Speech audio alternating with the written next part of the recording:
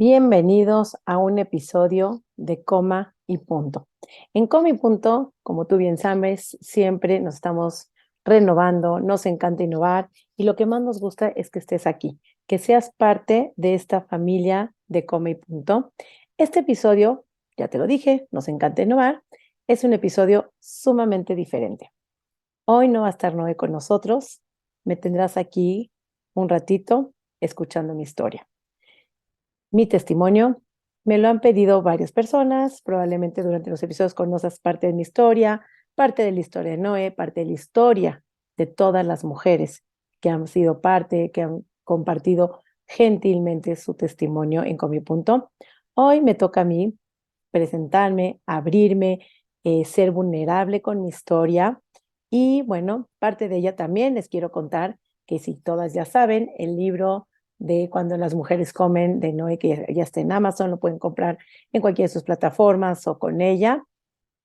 Está también parte de mi historia, pero mi historia comienza, yo creo que desde la preprimaria.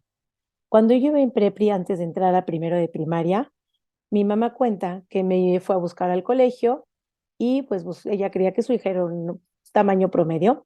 Y entonces, cuando va buscando, porque estábamos todos como en fila, ya sabes que para salir del colegio, subir al autobús a casa, y ella empieza a buscar entre todos los niños y su sorpresa fue que me encuentra casi hasta el final, si no es al final de la fila. Y entonces, en ese momento me dice, ay, mi hija es de las más grandotas de la generación. Palabra que en ese momento para mí no significó nada, sin embargo, va marcando tu historia. Va pasando la primaria, nunca me percibí que yo fuera de un cuerpo grande. Claro, era la más alta siempre de la fila, cosa que en las escuelas acostumbran mucho a hacer, a formarse por estaturas. Y cuando eres de la más alta, pues siempre eres la última en salir al recreo porque van saliendo de chicos a grandes, eres la última en desfilar en tu graduación, eres la última en estar en los bailes de graduación, en los bailes de festivales de mamás, porque siempre es la más alta, entonces pues los más chiquitos son los que van estando hasta adelante. Es una situación que no piensan en escuelas, lo que las personas bajitas también siempre estar hasta adelante, no les es cómodo, no les gustaría ser chaparros, y entonces desde ahí te empiezan a etiquetar por el tamaño de tu cuerpo. Te empiezan a etiquetar si eres grande, si eres bajita, si eres de las medianas, pues si te toca tu oración o tienen que desfilar, pues claro que se desfila por estaturas, a veces a lo mejor hasta es por promedios, pero siempre hay un número que te va marcando y te va etiquetando a lo largo de tu vida. La primaria siempre la pasé como si fuera yo la niña más alta, sin embargo, pues como la mayoría de las niñas nunca te percatas si eres grande o gorda o chica, poco a poco cuando te vas desarrollando, yo me imagino que es como el detonador de todas las mujeres cuando empieza a cambiar el cuerpo. En mi caso no sucedió, digamos que hasta por ahí de los 12 años, saliendo como de sexto de primaria, cuando empiezo a recibir ciertos comentarios, por ejemplo, de la modista, que nos está tomando medidas para el vestido de graduación y su comentario fue, ay, esta niña sí está grande. Entonces dije que todas las demás no, o soy la única, y te empiezan a marcar como la diferencia. O la prima que te dice, si no te cuidas ahorita, te vas a quedar gorda para toda tu vida, como si ser gorda fuera lo peor que te le pudiera pasar a una persona. Y entonces todo este tipo de comentarios empieza a meter miedo. Nunca faltó el pediatra que dijo, está muy grande, hay que perder peso. Y entonces todo este tipo de comentarios que son comentarios que ya hemos escuchado aquí en Comi Punta, van sucediendo a lo largo del crecimiento, sobre todo de una mujer. Cuando de repente, pues mi mamá, claro que en su ignorancia, en sus ganas de querer ayudar a su hija que estaba en desarrollo, me lleva con el primer doctor de dieta que me hace contar equivalentes y me dice, bueno, pues tienes que comer tantos puntos de proteínas o de grasas o de tortillas o de arroz. Entonces una niña de 13 años que empieza a contar puntos, claro, está ahí en crecimiento, tenía yo muchísima hambre y obviamente pues siempre me pasaba de mis puntos. Entonces, o de los equivalentes. Y entonces cada bocado que era de más de esos equivalentes o de más de esos puntos, se convierten en una culpa, en un cargo de conciencia, en un arrepentimiento o en un esconderte para poder comer. Porque conforme van pasando los meses, el hambre va incrementando.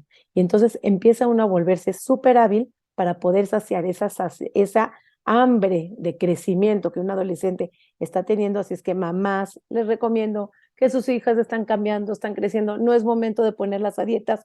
Tienen mucha hambre, no se espanten, tienen que crecer y no les detengan su crecimiento. Pero bueno, en mi caso fue que pues me volví, yo creo que medio hábil o no tan hábil y siempre me cachaban, pero bueno, no es el caso.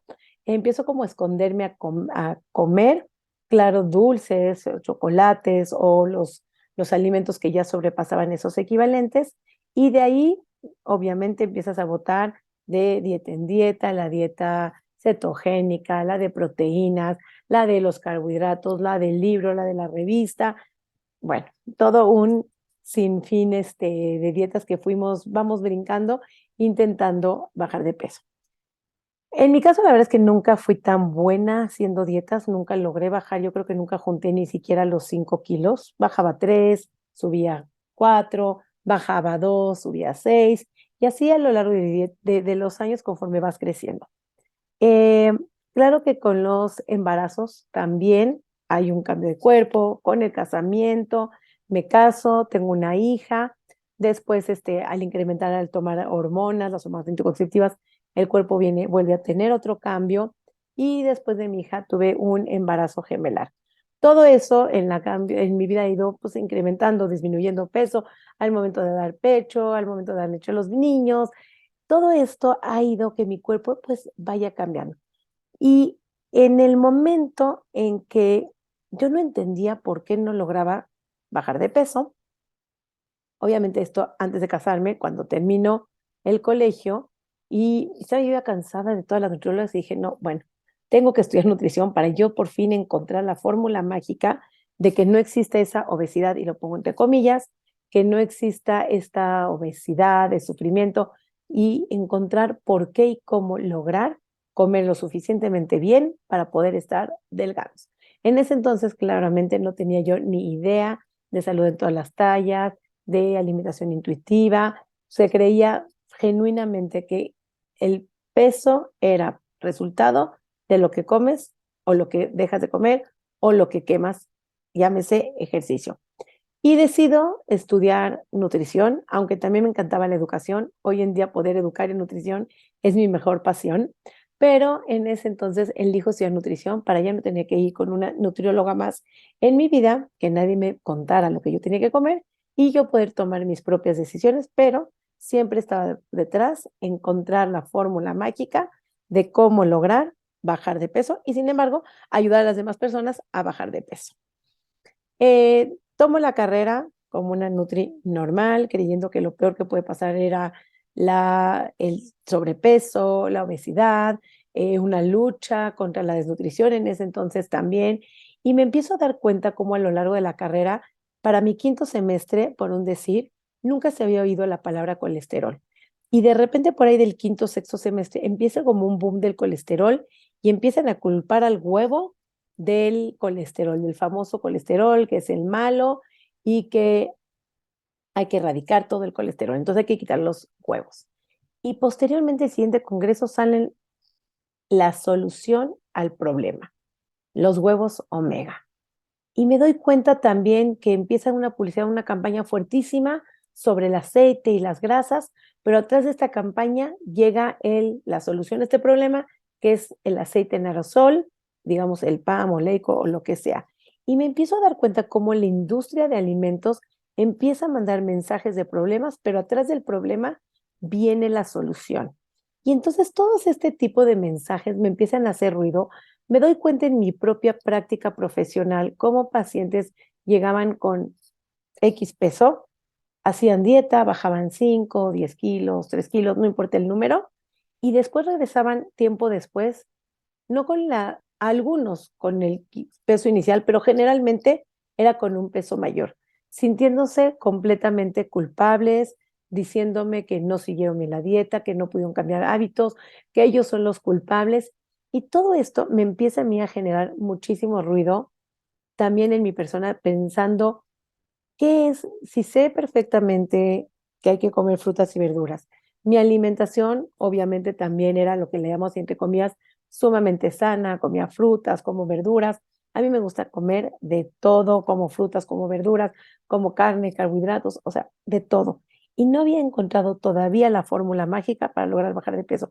Y sin embargo, pues con los embarazos ibas ganando peso, con cada dieta también terminaba en desembocaba en más kilos de los que se iniciaba esa dieta. Y algo en este entonces es cuando ya no me empezaba a cuadrar. Afortunadamente me cae de repente un diplomado siendo nutrióloga como psicología de la alimentación. Y dije, bueno, pues a lo mejor si calmamos las emociones, probablemente vamos a elegir mejor los alimentos.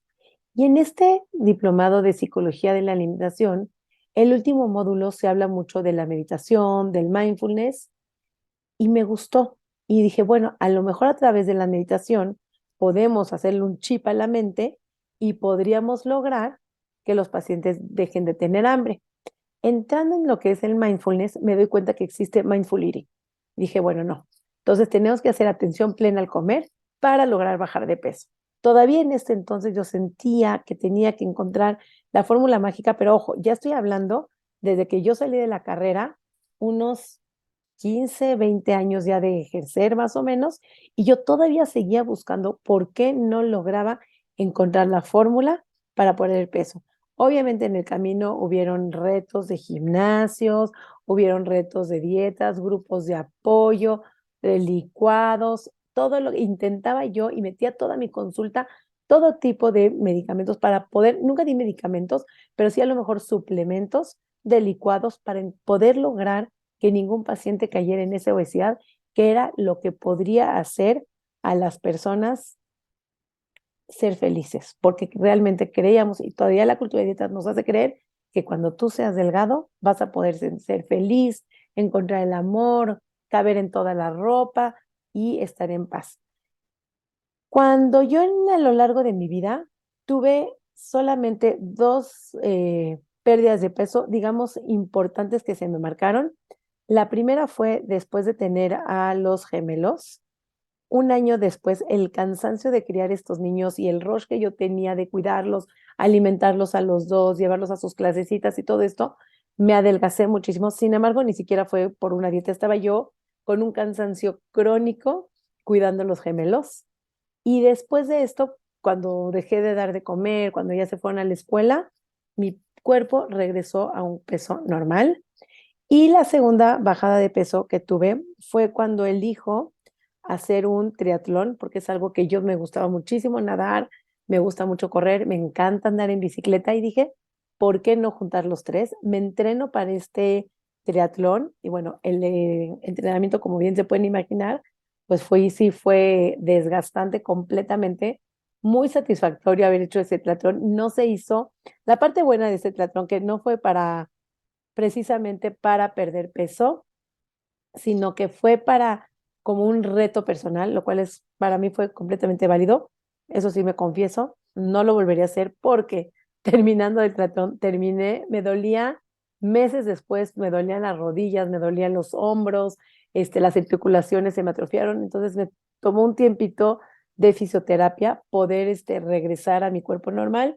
Sí siento que fue como bastante desgastante y me gustaría invitarte a pensar cuántas veces tú no has hecho ejercicios extremos con tal de bajar de peso y cuál es la consecuencia. ¿Cuánto tiempo te tomó después de ese ejercicio extremo volver a recuperar tu condición física, volver a poder hacer ejercicio normal después de este desgaste de cuerpo? Pero sin embargo, pues esta pérdida de tiempo ni siquiera fue sostenible. Al año volví a recuperar el peso perdido y hasta más kilos. Y entonces con cada intento de dieta era estar en el peso más alto, mucho más frustraciones. eh, Sin embargo, yo seguía como siendo nutrióloga y buscando la manera a través de la meditación, a través de la psicología de la alimentación, a través de los suplementos, de qué manera encontrar la paz y encontrar la fórmula mágica de bajar a los pacientes de peso. Y creía yo que yo no lo encontraba porque seguramente mis colegas sí estaban haciendo algo bien y que bajaban de peso. Tenía ciertos pacientes que sí bajaban, pero finalmente regresaban, o por lo menos el 90-95% de los pacientes sí regresaban a su peso y yo decía, qué daño estamos haciendo. Hasta que posteriormente, después de tomar el diplomado de lo que fue Mindful Eating, empiezo a escuchar lo que es alimentación intuitiva, salud de todas las tallas y me meto con mi querida mentora Lilia Graue al primer curso, que tengo que confesar que me costó muchísimo trabajo entender de qué estaban hablando. Imagínense que me están hablando de la no dieta cuando yo soy una, en ese momento todavía una nutri muy casada con que los pacientes pierdan de peso, que la obesidad es mala, y me estaban hablando de conceptos muy diferentes y cuando cambia uno de conceptos, se vuelve sumamente difícil entender de qué me están queriendo hablar. Prácticamente me costó tanto trabajo que ni apuntes tomé, ni siquiera pude guardar el drive. Después le tuve que pedir a compañías que me compartan los apuntes, los artículos, pero a todo le llega un momento y de repente todo me empieza a caer el 20, se me empieza a acomodar y empiezo a entender toda esta teoría de salud en todas las tallas, increíble, pareciendo que siempre lo he sabido. Tomo varios cursos diferentes, lo que es justicia social, justicia en salud, eh, alimentación intuitiva, y me empiezo a empapar de todo este tema y ahora sí es cuando entiendo que existe la diversidad corporal. Y lo voy a volver a repetir, existe la diversidad corporal. No tenemos que estar todas las personas bajo un mismo molde, bajo ese índice de masa corporal que nos determinaría como sanos. Y trabajando también en una época en hospitales, cuando yo veía que pacientes delgados estaban arriba de su 25, decía, algo no está cuadrando, porque no puede ser que pacientes delgados estén en lo que marca la categoría de sobrepeso. Entonces, eran muchas cosas que me iban marcando como banderitas rojas, sin embargo, no terminaba de entender todos estos conceptos y poco a poco fue cuando yo logro hacer el cambio de paradigma. Quiero aprovechar este espacio que si algún paciente dañé o lo lastimé o hice creer o se causa incomodidad de este nuevo enfoque, creo que estar en el área de salud implica un constante estudio, innovación, renovarse, abrirnos a nuevas posturas, a nuevas teorías.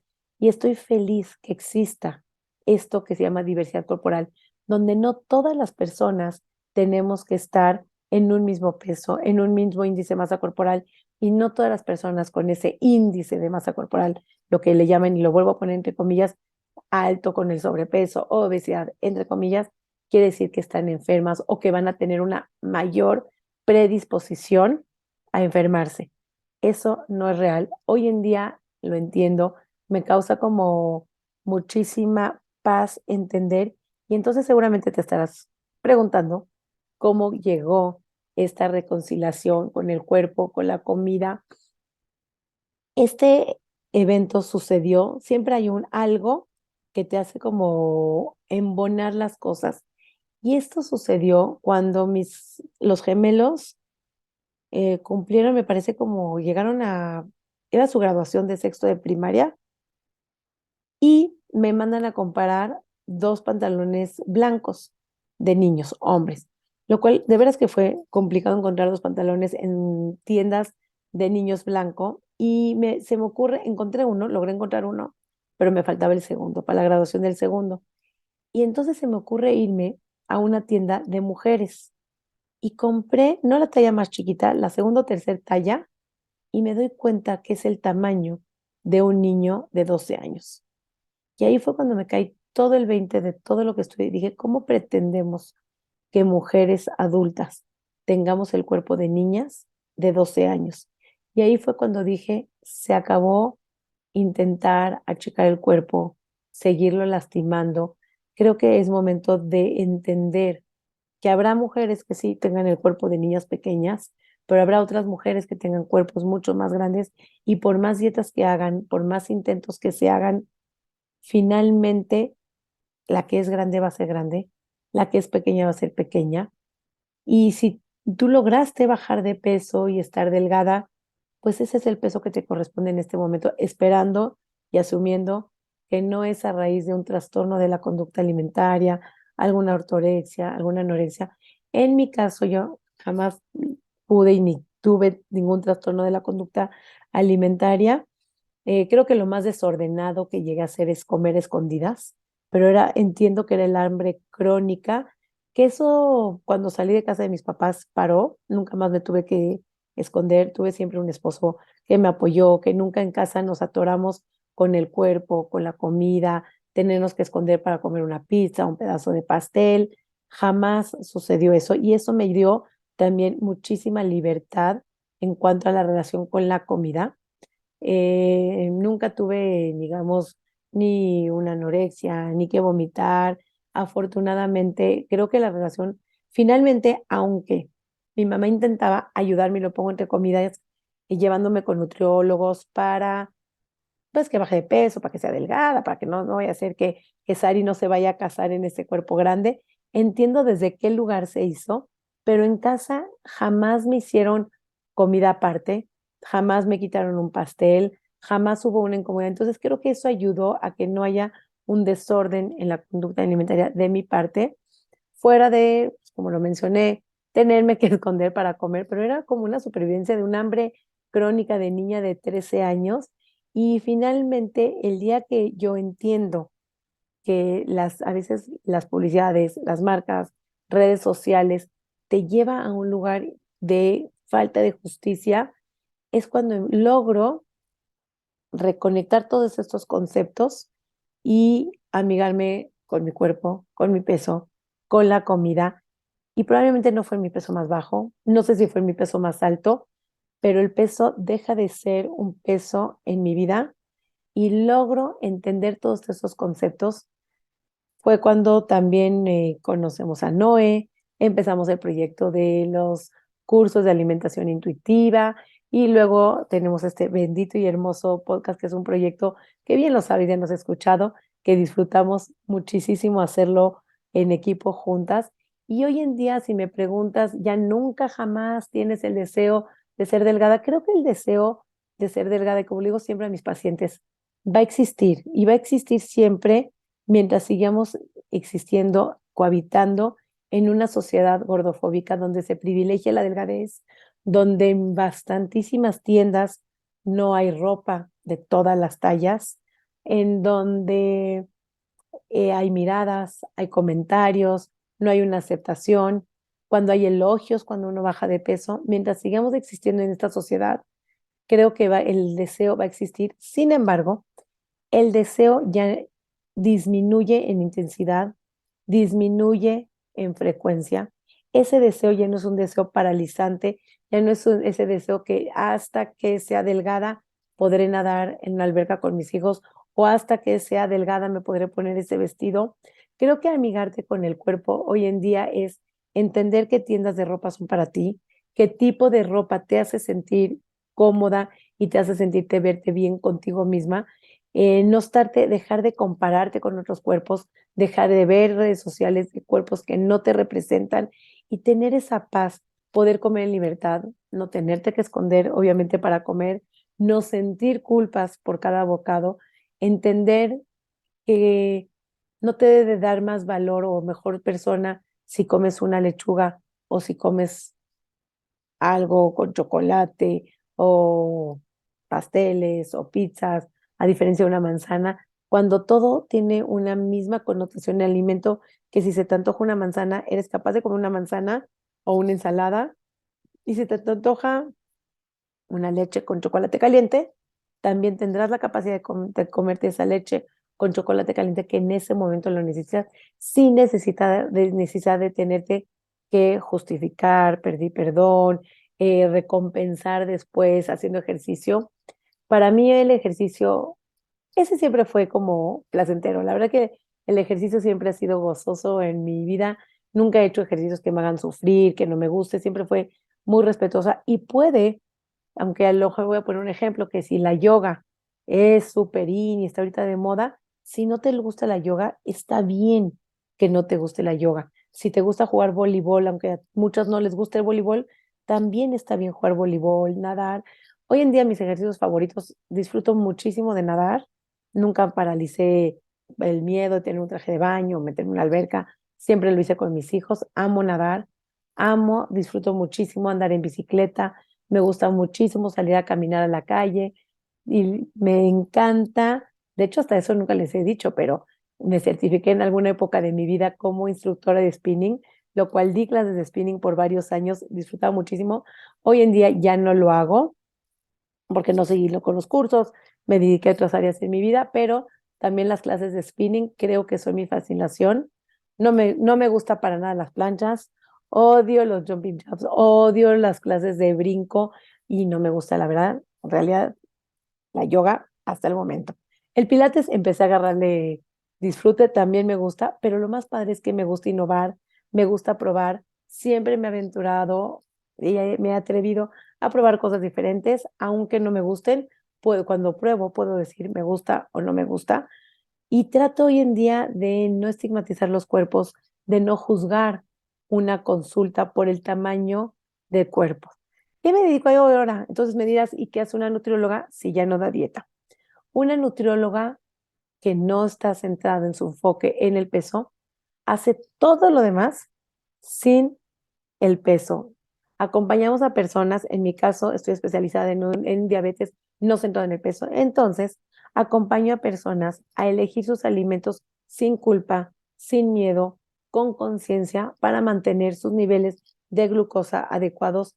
Igualmente en el caso de resistencia a la insulina, que las insulinas, las glucosas estén perfectamente bien regulados en niveles correctos, donde las relaciones con las interpersonales sean adecuadas, los pensamientos sean adecuados, la relación con el cuerpo y lo que te dices de tu cuerpo también sean gentil, que tu relación con el ejercicio sea gentil, porque a veces se puede confundir y se llega muchísimo a confundir que la alimentación intuitiva es come todo lo que quieras y no importa qué pase con tu cuerpo y no, al contrario, cuando entramos en alimentación intuitiva es entender qué está pasando con tu cuerpo, qué es lo que necesita, por qué lo necesita, cómo lo trato de una mejor manera para que pueda el cuerpo estar en mejor salud, en mejor paz. Y cuando tú tienes una paz emocional, paz en tu cuerpo, puedes tomar una serie de decisiones diferentes, mejores para tu vida, teniendo esa paz, porque ya no,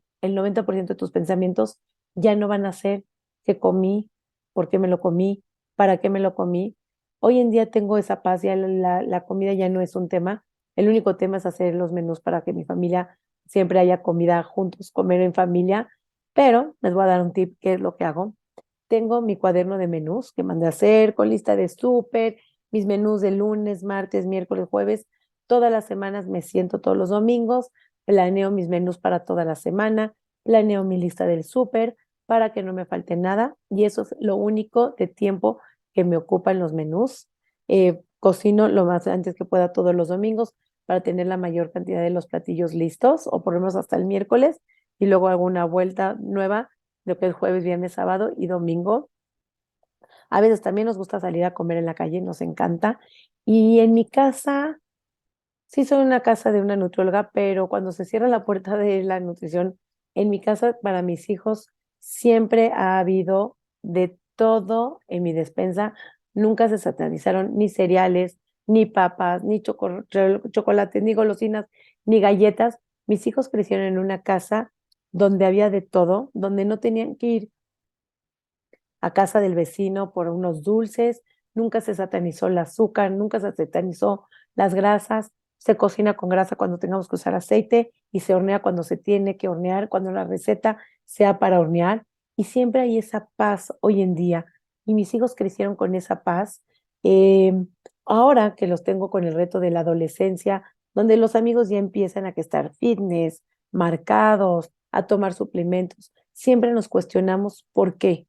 ¿Qué te hace ser más, estar marcado? ¿Por qué tomar un suplemento? ¿Cuáles son los riesgos de tomar los suplementos? ¿Cuáles son los riesgos de dejar de comer? ¿O son los riesgos de hacer una dieta keto o una dieta ayuno intermitente, cetogénica o cualquier tipo de dietas que hay en el mercado? En mi consulta privada sí puedo decir que jamás caí en dietas de moda y de hecho creo que lo que más me hizo explotar es cuando la liga se jaló al ayuno intermitente, cuando me parece que la, el, eh, ahora sí ya no comer se me hizo sumamente estricto, doloroso Y creo que ahí fue cuando todos los 20 me empezaron a caer de una forma súper gentil.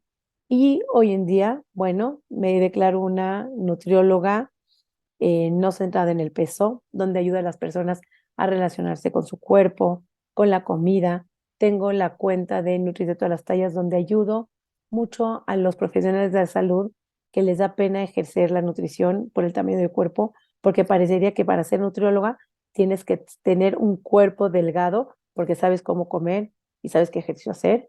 Y hoy en día entendemos que la nutrición, el tamaño del cuerpo, no depende de lo que comes, no depende del ejercicio que hagas, va mucho más allá de la genética, de los hábitos, de los accesos, de los alcances económicos, de lo emocional. Hay muchísimos otros conceptos. Todo esto se ve en consulta. Así es que, pues, si tienes alguna otra duda, siempre me puedes mandar un mensaje directo. Si quieres una consulta, estamos en presencial, por Zoom, atendiendo todo tipo de personas. Si ya estás cansado de hacer dieta, no sabes cómo aplicar la alimentación intuitiva en tu vida, estamos para apoyarte, para dirigirte. Y bueno, feliz con Noé de hacer este proyecto de Come y Punto y un episodio más de Come y Punto. Sé que quedan muchas dudas, pero creo que a grandes rasgos esta ha sido mi historia desde, bueno, mi adolescencia, que es cuando empieza a relacionarse con el cuerpo y la comida, hasta mi edad adulta. Hoy, ¿quién es Sari? Sari es una mamá de 3 adolescentes, es cofundadora con Noé de Comipunto. Tengo mis redes sociales, Nutrición Sari, en Instagram, tanto en Facebook como en Instagram.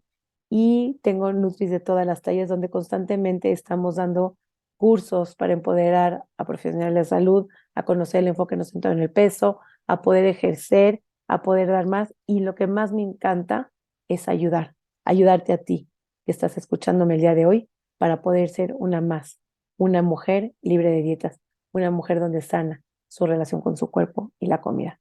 Y bueno, en este episodio me despido. Gracias por haber escuchado, gracias por estar aquí. Déjame tus comentarios, me va a encantar leerte cualquier duda, me va a encantar estar cerca de ti y creo que a través de este episodio me acerco a ti. Me despido, un episodio más de Comi Punto. Chao, chao.